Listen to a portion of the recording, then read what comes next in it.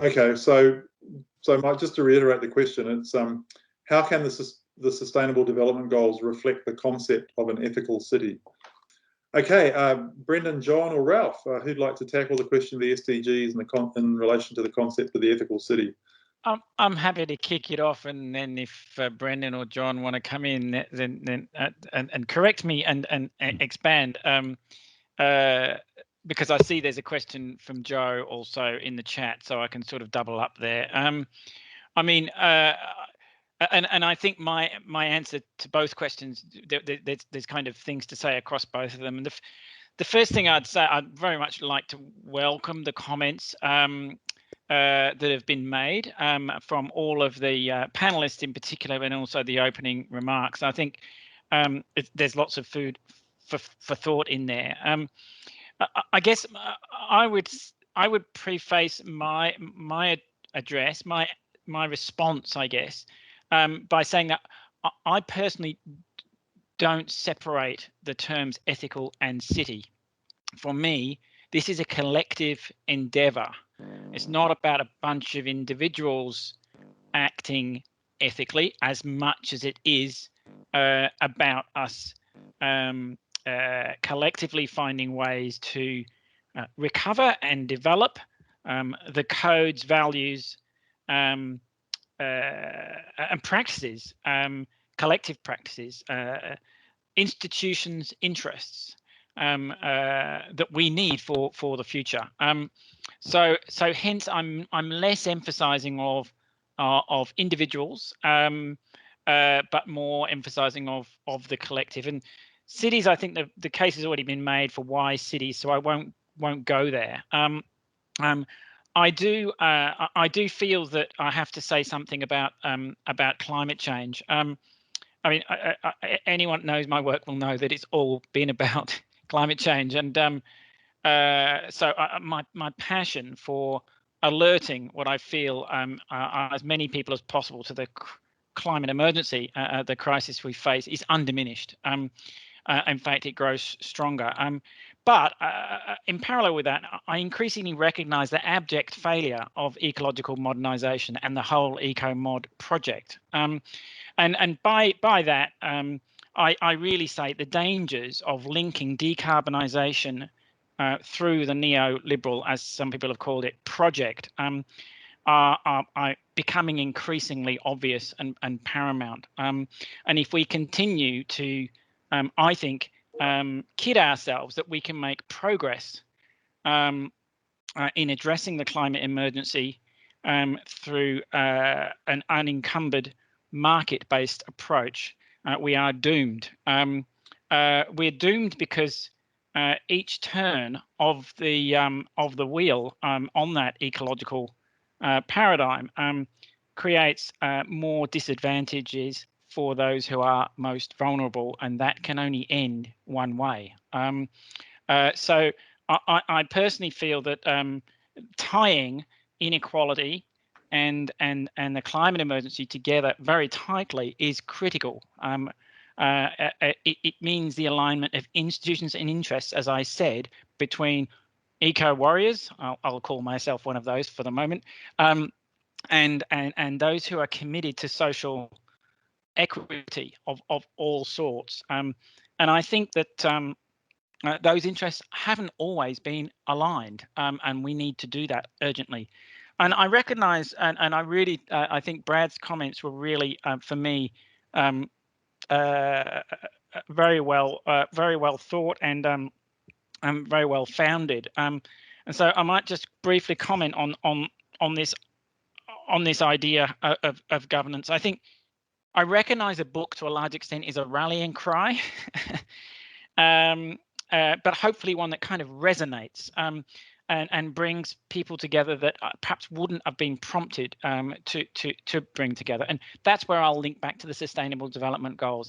I feel the Sustainable Development Goals are a kind of, in a way, a kind of common code or a common language that we can, across quite a wide diversity, geospatial, classes and so on, subscribe to something that we connect to as a kind of central self-organizing idea or set of ideas, or 17 of them in the case of the SDGs. And for that, I think they have utility. Now, how much utility and how we press them to work for these ends that Brad was talking about, I think that there's a lot in there, and of course I sort of I feel like the ethical city, in a way, I almost muse on this point that you know, cities are competitive. I mean, in a way, cities were constituted as centers of competitive advantage, and that they continue to be so despite COVID and despite everybody rushing off to the country. The future of cities is assured from the point of view of that kind of competitive co-location, despite digitization and so on. I'm convinced of that. And I kind of think the idea that we could be involved in a competition for what cities collectively can be most ethical and most committed is kind of a strange but kind of quite attractive proposition in a way. Anyway, look, I think I've attempted to address those two comments. Joe, I probably haven't got to grips with this one, but I would say it's about the collective endeavour, and I recognise the challenges in that that Brad pointed out. But I feel that that's what it's all to play for, really. Is how do we reconcile in this struggle in effect the need for openness, transparency, representation, to hear everyone. And yet to have those goals set and as collective anchor points out into our shared future. Great, thank you, Ralph. Thanks for responding to both those questions. I might hand over to Brendan perhaps next. Another question that's come up in the chat is, how do we incorporate business more directly in the ethical city framework? What about pushing the notion of corporate urban responsibility as a means to bring the private sector to the table more effectively? Would you like to offer some thoughts on that and any other aspect of ethical cities, Brendan? Well, actually, that's where ethical reading is very interesting, because it actually is driven by business, as far as I understand, or business representatives coming together. So it's already one example of how businesses can be more effectively engaged in the urban agenda. So I would suggest looking there as a start point. But what we also tried to do was to reconfigure our notions of how business operates within cities. And we tried to give lots of examples of what's going on. For instance, things like community wealth building, where business feels like it has roots in the city, it has roots in the community, and it has a responsibility to work with the community in order to achieve the goals that the community has, and also to respond to the problems that they face. That's very different to the Amazons of this world, who don't want to pay taxes and don't really want to be part of the locality. So we talked a lot about, for instance, different forms of business, cooperative approaches and so on, which I think is really interesting. And we're going to see more of that, I think. The other point I'd like to make is that, and I think it connects into what Mike was saying about post-crisis responses. I don't think there's going to be such a thing as post-crisis. I think we're just going to tumble from one to the next. And so it's really a matter of how do we respond to that situation where we're in the pandemic, we've got climate change going on, we've got digitization and everything going online. So that's having a huge impact on our cities. It's decimating high streets and so on. So what I think we argue as the core is that we need a progressive agenda. We need to actually look at these trends and direct them towards our goals rather than be a victim to them. So really cities have to engage in that. And the good thing is that lots and lots of things are happening.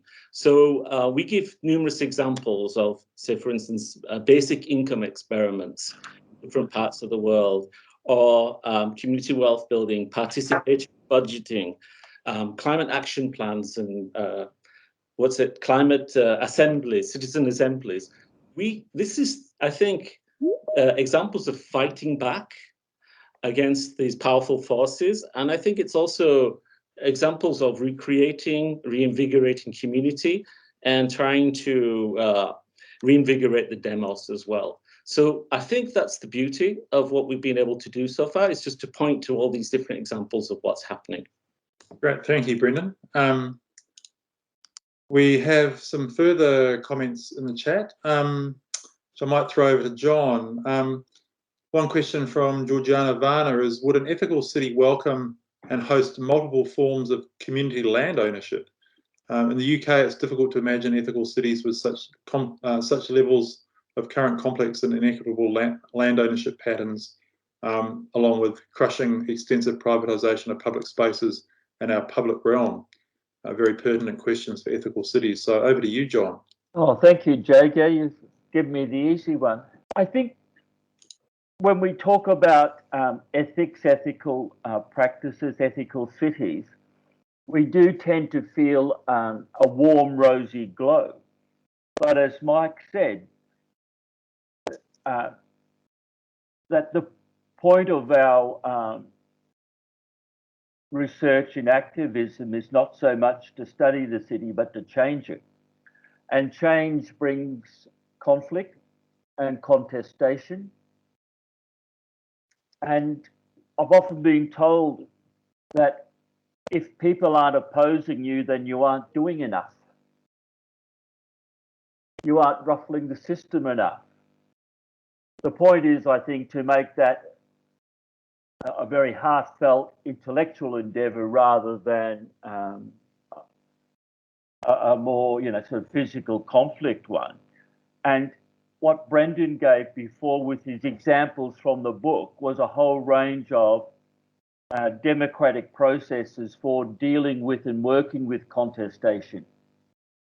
And that was where I would think that where we look to alternative forms of land ownership, of course it would be very welcome in a city that's working to more ethical ways of being.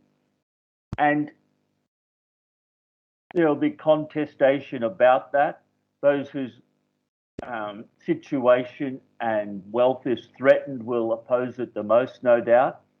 But slavery was also changed. And many people's vested interests were changed by that. And so I would look towards a more activist approach to operating within ethical means to bring resolutions and more win-win situations. Great, thank you very much, John. We're 5 minutes to 8, so we'll be wrapping up very shortly. I'd like to throw back to the panel, the author panel or editors panel, for any last comments you'd like to make about the book.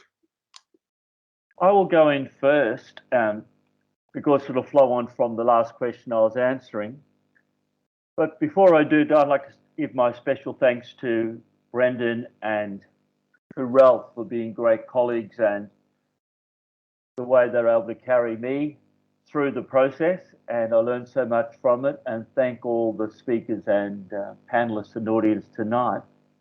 In terms of contestation and process, I'd really encourage you to read the short case study in chapter 2 of the book when you get hold of it, because it talks about a Turkish case study of rights to land and housing when a council has decided to appropriate shantytown land for private development, and the way that the largely women's organisations were able to resist and to counter that in a very successful way. Great, thank you, John. Ralph or Brendan, any last comments? Oh, look, I'd like to redouble my thanks for the very thoughtful comments from Wendy and also from Andrew and Brad. As I said, there's a lot of food for thought in there, and the book. I mean, I like to think, I hope that the book is not too presumptuous in taking a kind of platform, but more a provocation for us all to redouble our efforts and think and reflect. And I think that's where I particularly would single out Wendy's comments. I think in encouraging us all to, initially step back and kind of collect one's thoughts. And that's what I hope, if in some small way this book contributes to that kind of mode of thinking about cities. So that's my parting comment. And thanks everybody for participating. And certainly, if anyone has questions or comments, I'm very happy to have dialogue offline, or in various ways, and take some of these projects forward into the future. So always looking for that conversation and to find ways in which we can turn some of these, as I say, these kind of rallying cries into concrete action. Thank you. Thank you. Last comments? Yes. Firstly, I'd like to thank you, Jago, for chairing this session, and also our keynote speakers and panelists. Really very rich contributions from everybody. In addition to that, I'd like to thank the artist whose work we used on the book cover, Louise Soloway Chan. It's actually artwork that you can find in one of the Hong Kong metro stations. I just happened to be there one time, took a photo, shared it with Ralph and John, and they agreed that we should go with this. It's sort of, the energy, the dynamism of city life is captured in this photograph.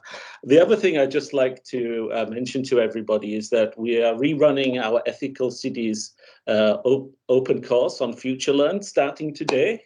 So if you want to continue this conversation, please go over, join us on the MOOC. We'll be basically continuing this conversation for the next 5 weeks, requiring just a couple of hours a week. Already people are in there, and I think it's going to be a great experience. So I look forward to seeing many of you online.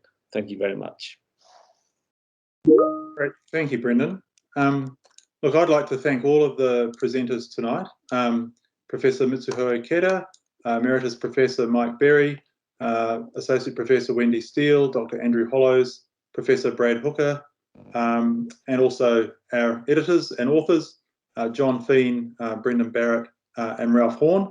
And I'd also like to thank Marie Scott, who's not visible to anyone in the session, but who assisted immensely with the logistics and organising of the session. I know it's always a little bit tricky doing things electronically, but it's gone particularly smoothly, I think, tonight. So I think we'll finish up the session. We're after 8 o'clock, and I'm sure many of us would like to go and have some dinner. But I think it's been a really fruitful, interesting conversation. We've had some great presentations and comments from everyone, and some really terrific questions from the audience as well, which have tested the resolve and interest of our panelists. So thanks everyone, and really great to say that Ethical Cities is now launched.